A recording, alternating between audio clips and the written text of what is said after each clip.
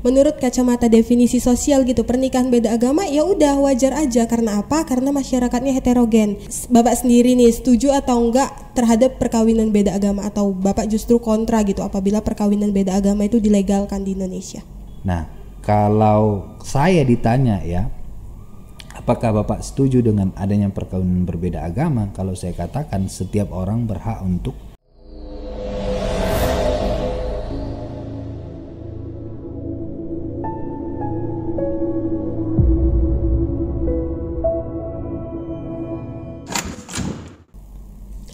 Assalamualaikum warahmatullahi wabarakatuh.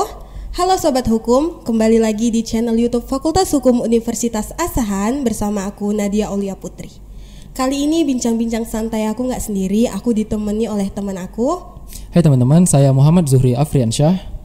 Nah, di bincang-bincang santai kali ini sesuai dengan cuaca yang sedang terjadi di Indonesia, bahkan bukan cuma di Indonesia, di belahan dunia sana juga cuacanya kita tahu sangat panas ya kan. Nggak kalah panas nih sama tema yang kita angkat pada hari ini. Tema apa tuh? Untuk para pemirsa yang tentunya pasti kepo dan bertanya-tanya tema apa yang panas yang kami angkat pada kali ini, jangan lupa pantengin terus channel YouTube Fakultas Hukum Universitas Asahan dengan cara hidupin loncengnya, like, subscribe, dan komen channel YouTube Fakultas Hukum Universitas Asahan. Membahas-bahas tentang pernikahan atau yang biasa dalam bahasa hukum dan undang-undang itu dikatakan sebagai perkawinan nih. Kita tahu sekarang merebak banget nih masalah-masalah perkawinan beda agama. Bukan hanya di kalangan selebritis, tapi banyak juga rakyat yang melakukan perkawinan beda agama. Untuk itu kali ini aku nggak sendiri juga, aku bersama teman host aku dan juga bersama narasumber hebat aku, dosen Fakultas Hukum Universitas Asahan yang mempunyai pemikiran intelektual yang sangat bagus. Dengan pemikirannya, beliau bisa menerbitkan sebuah buku yang membahas langsung mengenai perkawinan beda agama. Siapa sih? Untuk itu, halo Pak, selamat siang. Halo, selamat siang. Boleh perkenalkan diri Bapak terlebih dahulu? Ya, perkenalkan nama saya Dani Trihutama Huta Barat. Saya adalah dosen Fakultas Hukum Universitas Asahan. Saya juga adalah sekretaris program studi di Fakultas Hukum Universitas Asahan. Kemudian saya juga di bidang praktisi berkiprah sebagai lawyer atau pengacara. Demikian. Nah, baik teman-teman, beliau merupakan dosen di Fakultas Hukum Universitas Asahan, dan di depan kita ini adalah buku yang diterbitkan oleh beliau dengan judul Pengelabuan Hukum Perkawinan Beda Agama. Nah, apa sih yang menjadi alasan Bapak mengangkat perkawinan beda agama dalam penelitian Bapak? Mengapa tidak tema yang lainnya yang cenderung lebih mudah dalam melakukan penelitiannya? Perkawinan beda agama merupakan suatu perkawinan yang tidak diatur di dalam hukum positif yang berkaitan mengenai hukum perkawinan atau Undang-Undang nomor 1 tahun 1974 yang perubahannya dengan Undang-Undang nomor 16 tahun 2019. Nah, banyak kalangan artis maupun selebriti yang mencoba menjalin kasih dengan pasangan yang berbeda agama. Tentu hal ini menjadi suatu tantangan ataupun halangan bagi mereka. Kenapa tantangan, kenapa halangan? Karena undang-undang positif sendiri, undang-undang perkawinan sendiri tidak mengatur mengenai perkawinan beda agama. Sehingga mengenai perkawinan beda agama, hal yang sangat menantang untuk dilakukan penelusuran ataupun penelitian. Itu satu alasan saya menjadikan perkawinan beda agama adalah suatu karya penelitian. Kan Pak, kita tahu kan di Indonesia itu bahwa perkawinan beda agama itu belum dilegalkan. Nah, alasan Bapak mengambil fokus penelitian terhadap perkawinan beda agama itu karena Bapak bilang menantang. Untuk itu Pak, bukannya penelitiannya itu lebih sulit dilakukan karena kan belum dilegalkan di negara kita sendiri gitu. Jadi Bapak itu tertarik karena dia menantang, dan bagaimana cara Bapak melakukan penelitian itu sendiri di dalamnya? Ya, jadi memang perkawinan beda agama ini sulit dan menantang. Kenapa dia sulit? Karena tidak ada aturan hukum yang mengatur mengenai perkawinan beda agama itu sendiri, kan begitu. Jadi kalau Anda buka itu Undang-Undang Nomor 1 Tahun 74, itu tidak ada mengatur mengenai perkawinan berbeda agama, kan begitu. Namun fakta sosial bahwa banyak kalangan artis ataupun masyarakat biasa juga yang sudah berupaya menjalin hubungan untuk menikah dengan berbeda agama. Nah, di situ maka bisa kita lihat bahwa kalau tidak ada aturan hukumnya, bagaimana perlindungan hukum bagi pasangan yang berkeinginan menikah secara berbeda agama? Tentu ini menjadi problematika bagi pasangan-pasangan itu tersebut. Maka dari itu studi penelitian yang saya lakukan, saya lihat bahwa ternyata banyak orang-orang yang mau menikah dengan berbeda agama ini berupaya untuk melangsungkan perkawinan itu di luar negeri, di luar Indonesia. Artinya mereka mencoba mengelabui hukum perkawinan. Kenapa? Karena di dalam undang-undang perkawinan tidak diatur, maka tidak ada perlindungan hukum di situ dan tidak ada pelaksanaannya. Jadi jelas di situ bahwa kalau Anda pahami di dalam Undang-Undang Nomor 1 Tahun 74 yang perubahannya juga bahwa perkawinan itu dilaksanakan di pasal 2 ayat 1 bahwa perkawinan harus dilaksanakan menurut agama masing-masing, kan gitu. Nah, agama itu tidak mengatur perkawinan yang berbeda agama tadi. Maka di Indonesia ya, maka mereka pergi ke luar negeri. Itu saya rasa. Jadi karena kacamata sosial Bapak lihat banyak nih fakta sosialnya mereka yang menikah beda agama dan di Indonesia sendiri tidak dilegalkan.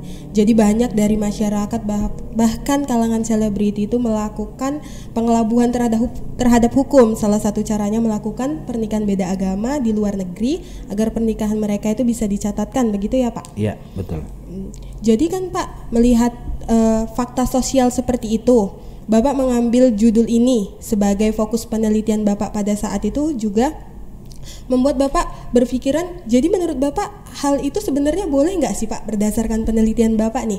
Jadi setelah Bapak teliti, Bapak telusuri, jadi sebenarnya pernikahan beda agama itu dalam pandangan Bapak sendiri bagaimana? Sementara kita tahu kalau dalam fakta sosialnya banyak dari mereka yang oke, nggak apa-apa nikah beda agama, tidak dilegalkan di negara kita, di negara lain dilegalkan, seperti itu.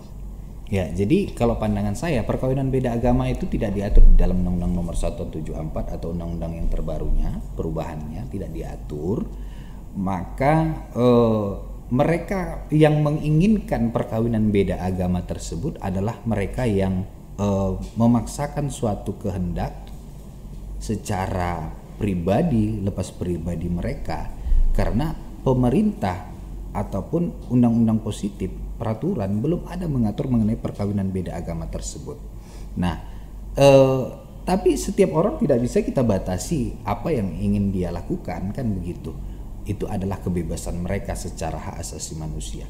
Nah, tetapi ketika itu tidak diatur oleh hukum, maka dia berupaya bagaimana untuk menemukan suatu upaya untuk bisa dia menikah yang berbeda agama ini. Jadi kalau saya pandang, kalau Anda tanya apa pandangan Anda mengenai perkawinan beda agama ini, mereka itu menginginkan perkawinan yang berbeda sekalipun tidak ada peraturan yang mengatur mengenai perkawinan beda agama dengan melakukan perkawinan di luar negeri. Dan setelah itu kalau Anda lihat di dalam Undang-Undang Amiduk ya, itu di dalam Undang-Undang 23 2006 perubahan 2013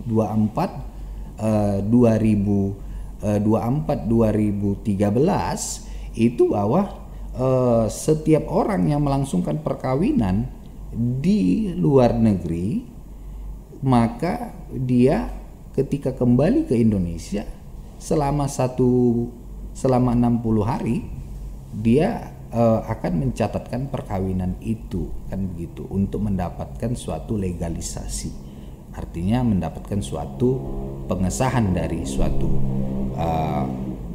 hukum seperti itu. Nah, suatu peristiwa pastinya didorong oleh beberapa faktor gitu kan Pak.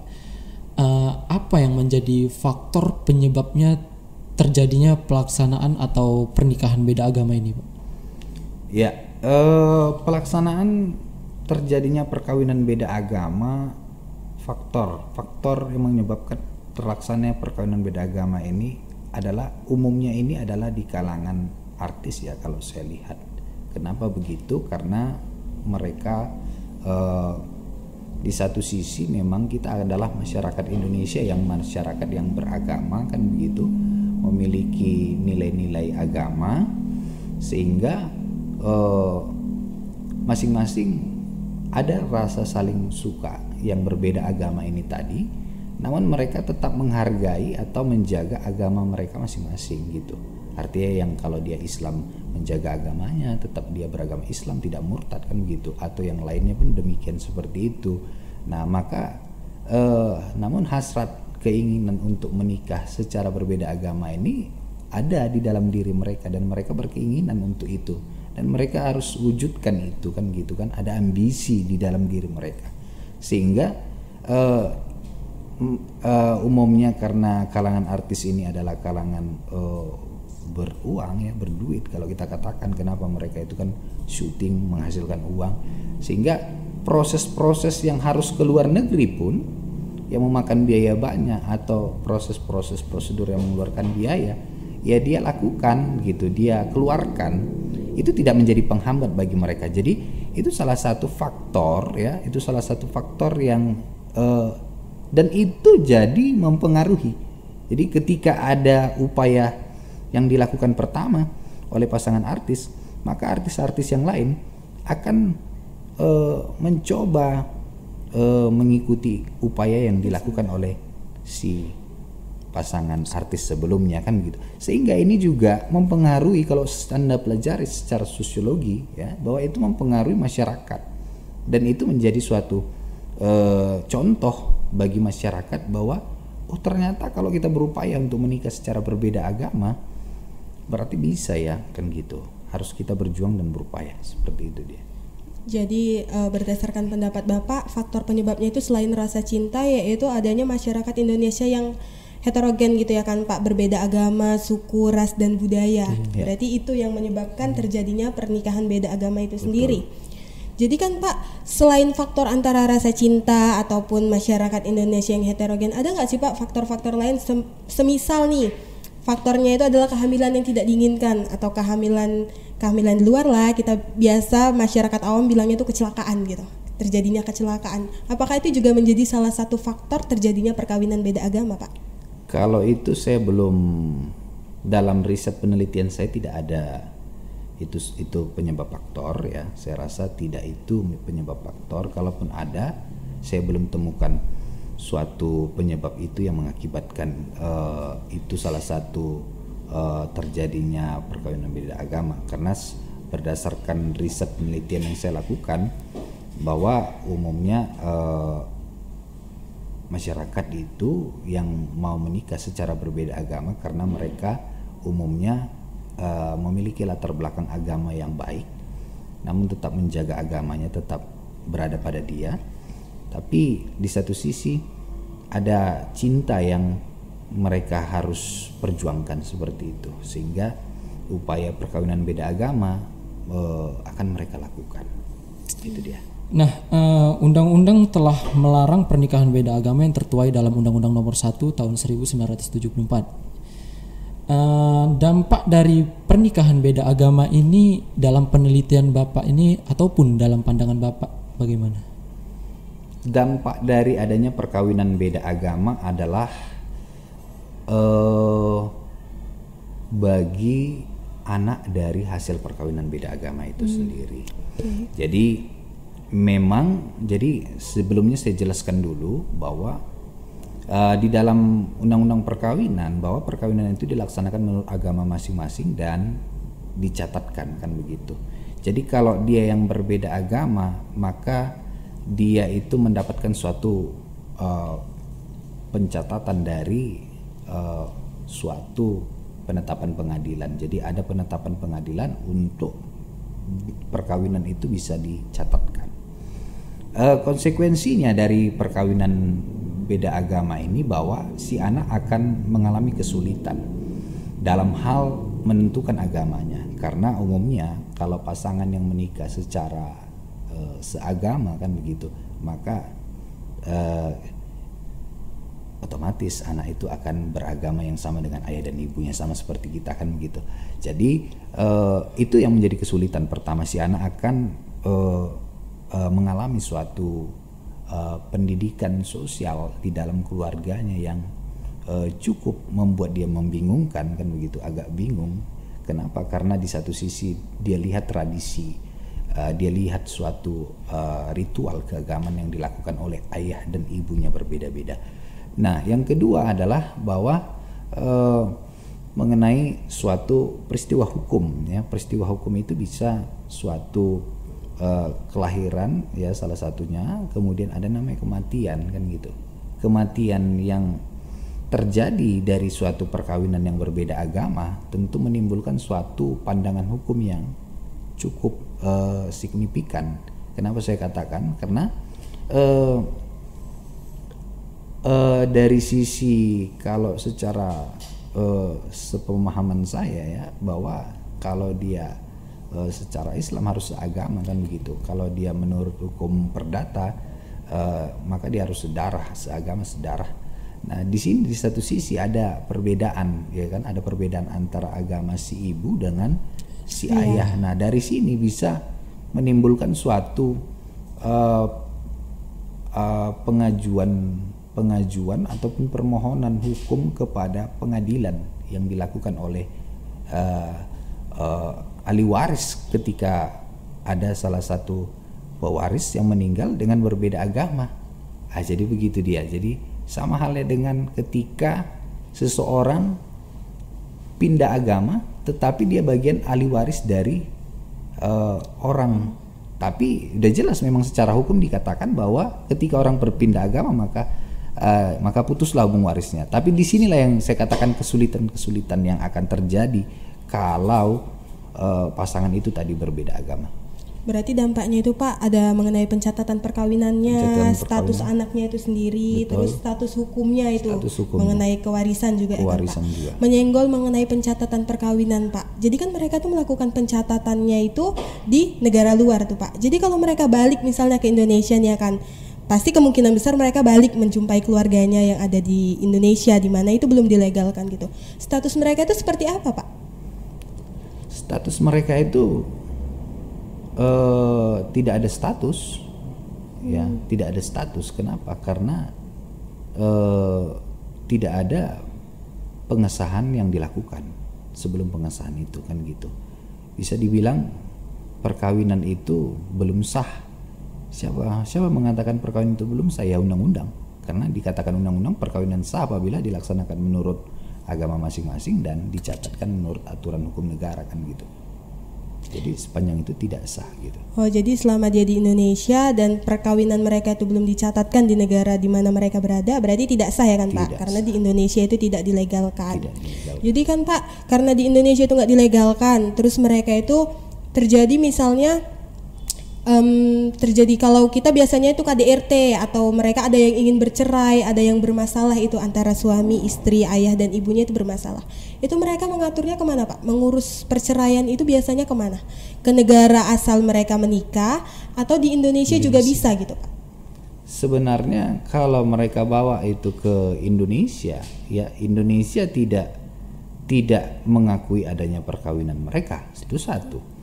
Kan gitu. Jadi untuk apa diajukan kalau perkawinannya tidak ada?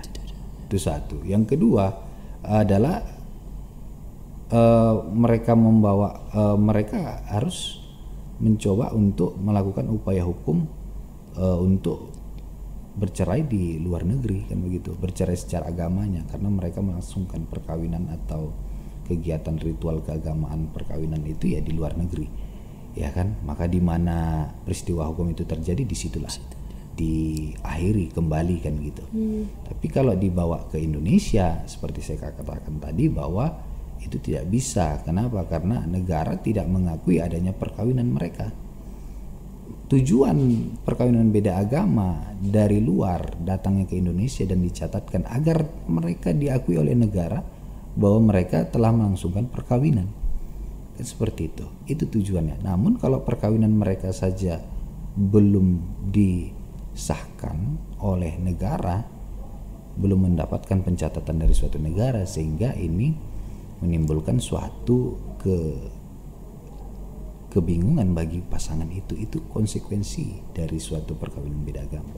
Jadi banyak orang yang ya udah terobos saja lah walaupun konsekuensinya itu gitu. Betul. Makanya banyak dari kalangan selebritis itu karena rasa sukanya yang berlebihan itu, jadi ya udah bisa dilegalkan kok di negara luar. Tapi Pak, untuk status anaknya sendiri Pak, itu dia berkeluarga negaraan apa Pak? Bila ibunya dari Indonesia menikah dengan orang luar dan melangsungkan pernikahannya itu di luar negeri gitu, status anaknya itu berkeluarga negaraan apa Pak? Ya, jadi kan kalau kita pelajari lagi bahwa ada di dalam undang-undang warga negara, kemudian kewarganegaraan, undang-undang kewarganegaraan ya, kemudian di administrasi kependudukan, bahwa seorang anak yang lahir dari perkawinan yang berbeda warga negara, maka dia menentukan kewarganegaraannya setelah berusia 17 tahun kalau saya tak salah ya, baru dia bisa menentukan status kewarganegaraan, karena kan kita secara KTP itu kan berusia 17 tahun ya.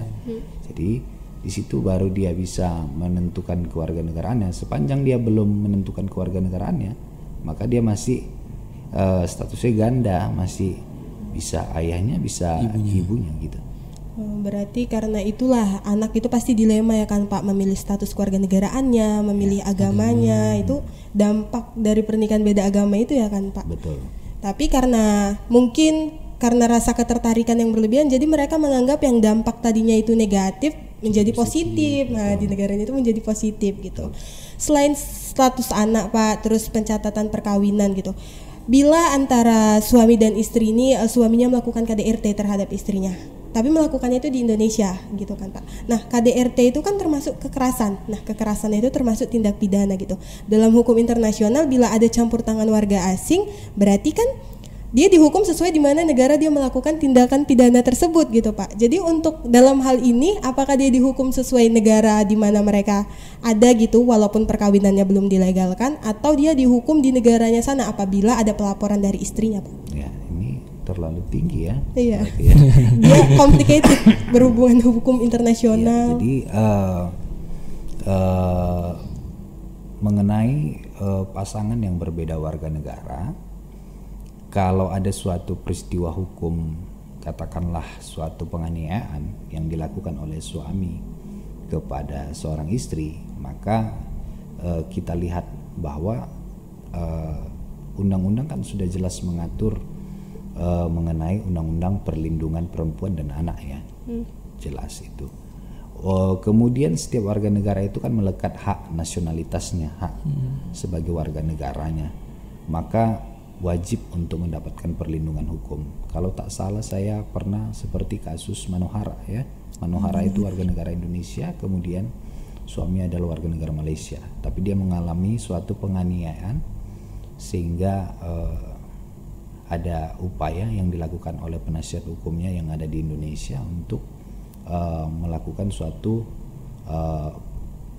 terobosan hukum atau pelaporan, pengaduan. Namun itu tadi yang menjadi kendala adalah bahwa mungkin proses hukum itu bisa terjadi kepada setiap orang yang melakukan kekerasan terhadap warga negara Indonesia, tetapi dilihat lagi bahwa apakah negara itu mengatur dan melindunginya gitu. Jadi maksud saya di situ bahwa setiap warga negara memang dilindungi oleh negara, ya, dilindungi oleh pemerintah Indonesia. Tetapi kita pastikan bahwa suatu negara yang di luar kita itu memang menjamin perlindungan bagi kita setiap pasangan yang berbeda agama itu yang ada di luar negeri itu gitu. Jadi itu kan Pak dalam konsep kalau berbeda keluarga negaraan, Ya. kalau dia sama tapi hanya berbeda agama dan mereka itu menetap tempat tinggalnya itu di luar, melakukan tindakan KDRT, berarti itu walaupun dia warga negara Indonesia dia dihukum di mana dia melakukan itu Pak, melakukan tindak kekerasan itu. Iya, Oh betul, berarti betul. di tempat itu ya. Jadi kalau dia berbeda agama, kalau proses hukum, kalau legalitas perkawinan mereka sudah disahkan oleh kantor urusan catatan sipil, kantor catatan sipil, maka mereka itu adalah sudah pasangan yang sah secara hukum. Jadi gitu dia. Tapi ada yang mau saya sampaikan bahwa jadi mekanismenya seperti ini. Jadi jangan terputus-putus ya. Artinya biar dia clear, lengkap satu paket bahwa perkawinan beda agama itu kita lihat dulu di dalam Undang-Undang Perkawinan Nomor 1 Tahun 74. Jadi perkawinan itu sah apabila dilaksanakan menurut agama serta peraturan perundang-undangan yang berlaku ya. Jadi di dalam Undang-Undang Perkawinan itu tidak ada mengatur perkawinan beda agama ya. Jadi jelas. Maka ada upaya yang dilakukan oleh orang yang ingin menikah berbeda agama dengan melangsungkan perkawinan itu di luar negeri. Kan gitu. Itu dia lompatannya kan gitu. Nah, terus bagaimana mereka untuk mendapatkan poin yang kedua bahwa perkawinan menurut agama masing-masing kemudian harus dicatatkan. Nah, bagaimana mereka mendapatkan poin yang harus dicatatkan ini kan begitu.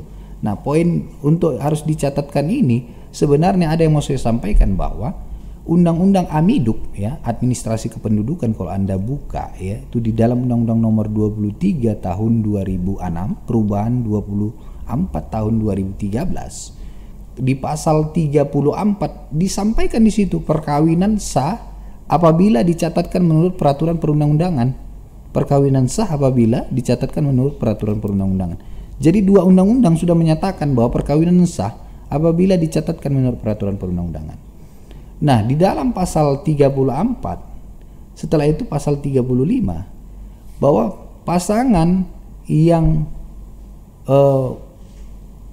berbeda maka harus melalui penetapan pengadilan. Pasangan yang menikah perkawinan yang berbeda harus meminta penetapan dari pengadilan. Jadi di dalam Undang-Undang Amiduk pasal 35, kalau Anda rajin lagi, Anda buka itu di bagian ketentuan umum, penjelasan atas pasal 35 itu, penetapan pengadilan bagi pasangan yang menikah dan melangsungkan perkawinan yang berbeda agama. Itu jelas di dalam Undang-Undang Amiduk dibuat berbeda agama. Berarti kalau tidak ada di Undang-Undang 74, di dalam Undang-Undang Amiduk di ketentuan umumnya, di penjelasannya itu di pasal 35 jelas tertulis berbeda agama.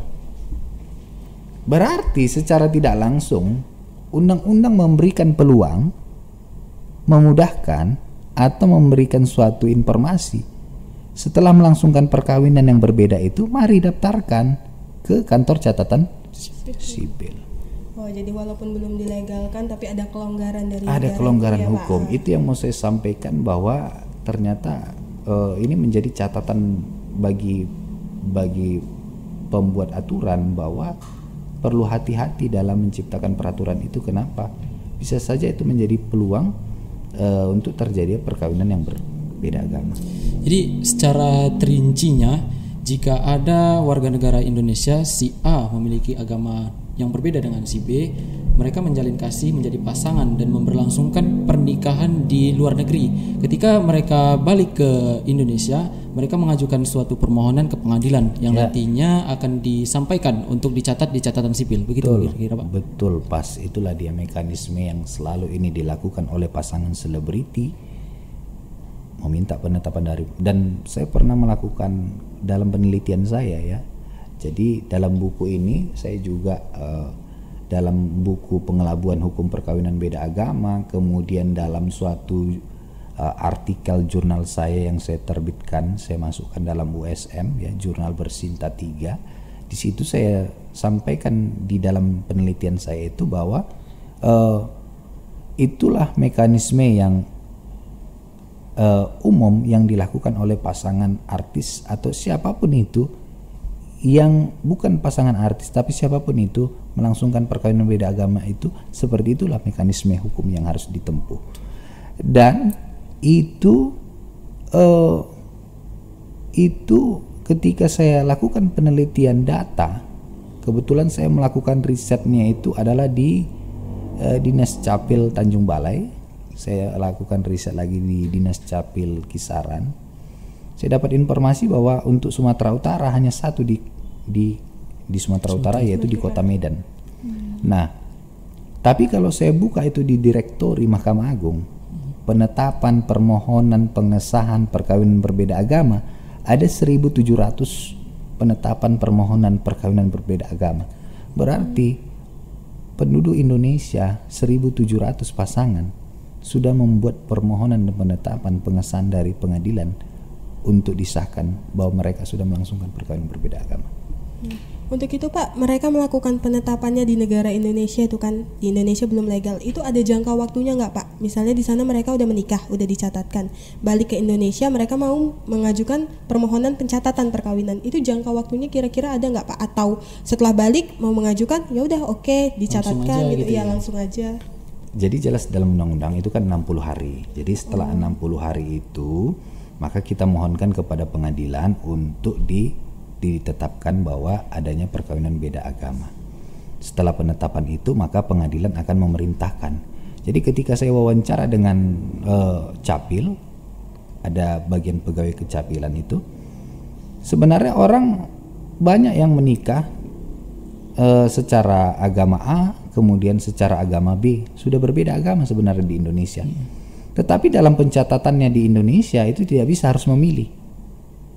Nah, terus bagaimana untuk bisa perkawinan berbeda agama itu? Harus meminta permohonan ataupun penetapan dari pengadilan sesuai dengan judul artikel, judul penelitian saya sebelumnya ketika saya di S1, bahwa prosedur dan tata cara perkawinan beda agama, studi putusan Mahkamah Agung 1400 KPDT 1986.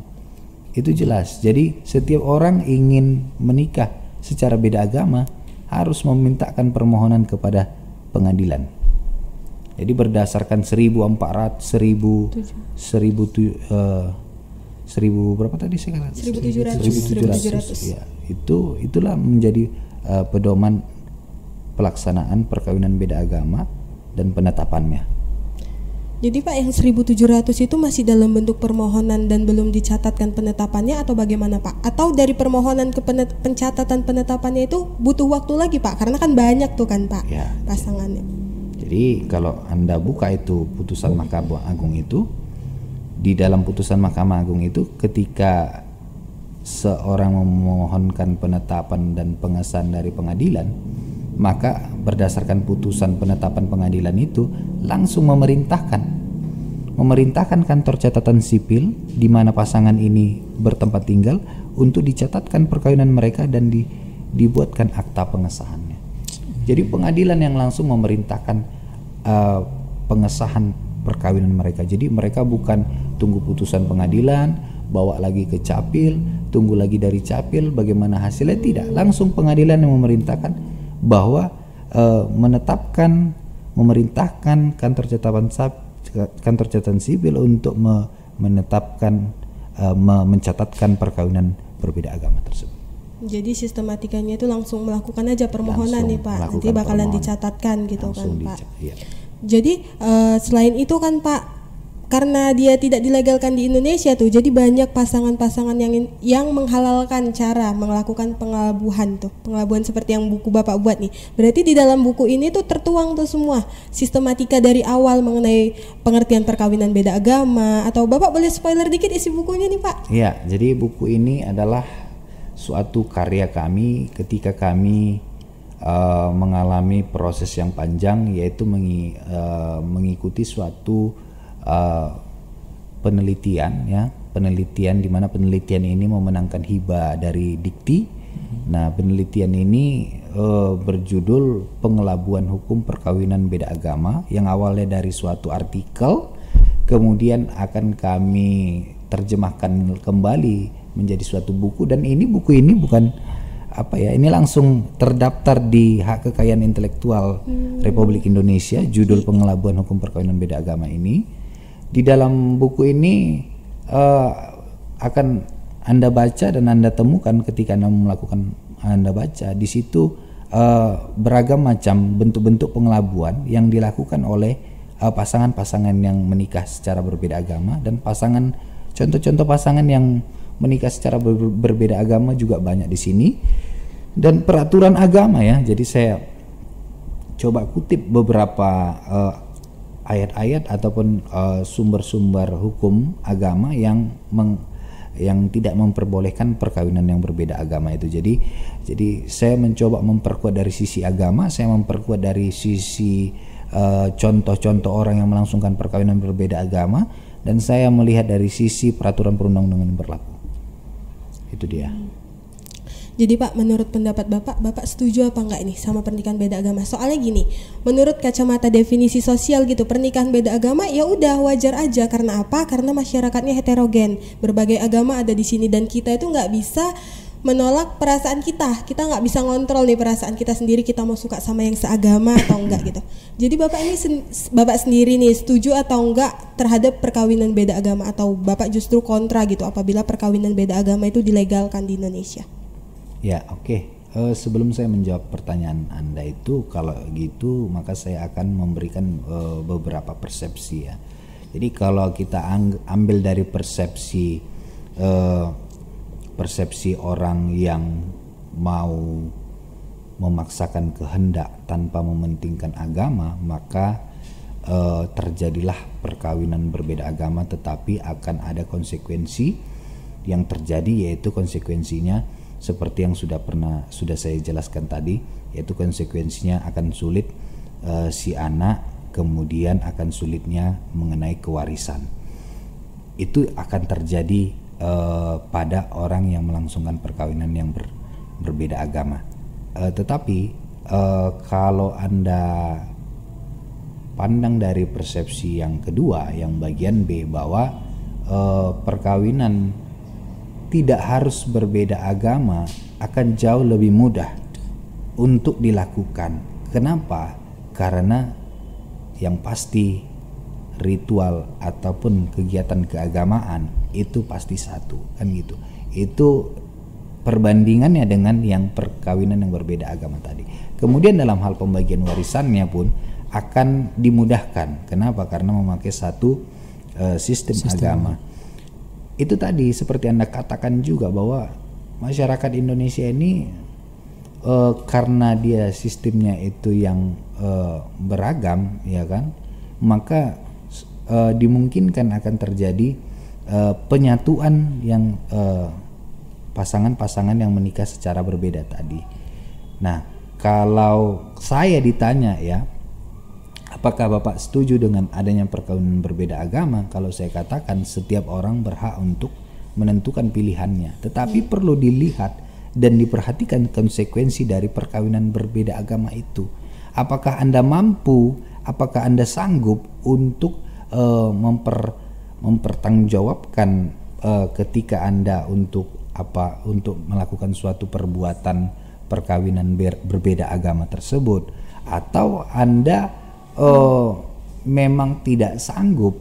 Nah, kalau memang Anda tidak sanggup, maka dari itu tidak usah mengambil suatu sikap atau keputusan untuk menikah secara berbeda agama. Jadi itu semua sistematikanya udah ada lah ya Pak di buku sudah ini, ada. Sudah dibahas. Sudah dibahas, tinggal baca aja. Tinggal baca nih teman-teman. Udah kami kupas tuntas nih dalam ngobrol santai kita kali ini mengenai perkawinan beda agama kan, udah dibahas tuntas nih. Untuk teman-teman kalau mau tahu lebih lengkapnya mengenai perkawinan beda agama nih, apalagi yang lagi pacaran beda agama, was-was kalau pernikahannya itu nggak bisa dilangsungkan nih, bisa, tenang aja, bisa dilakukan di negara luar gitu ya. Di negara luar soalnya legalnya, di Indonesia belum. Jadi untuk teman-teman yang mau tahu nih yang lagi pacaran beda agama tapi nggak mau udahan, bisa nih baca buku ini yang dikeluarkan langsung oleh dosen Fakultas Hukum Universitas Asahan. Keren nih bukunya. Juga mengenai pengelabuhan hukum perkawinan beda agama. Jadi setiap kalian yang pacaran beda agama mau melakukan pernikahan gitu kan, pasti kalian melakukan pengelabuhan di dalamnya. Bagaimana pengelabuhan itu semua dibahas tuntas di buku ini. Karena di buku ini juga sistematikanya itu terinci dia semua. Jadi kalian kalau mau melakukan juga sebenarnya boleh-boleh saja, karena balik lagi ke hak masing-masing gitu. Tapi mengingat pertimbangan-pertimbangan yang sudah dibahas tadi ya kan Pak, ya, ada faktor-faktornya, ada dampaknya juga yang harus diingat gitu.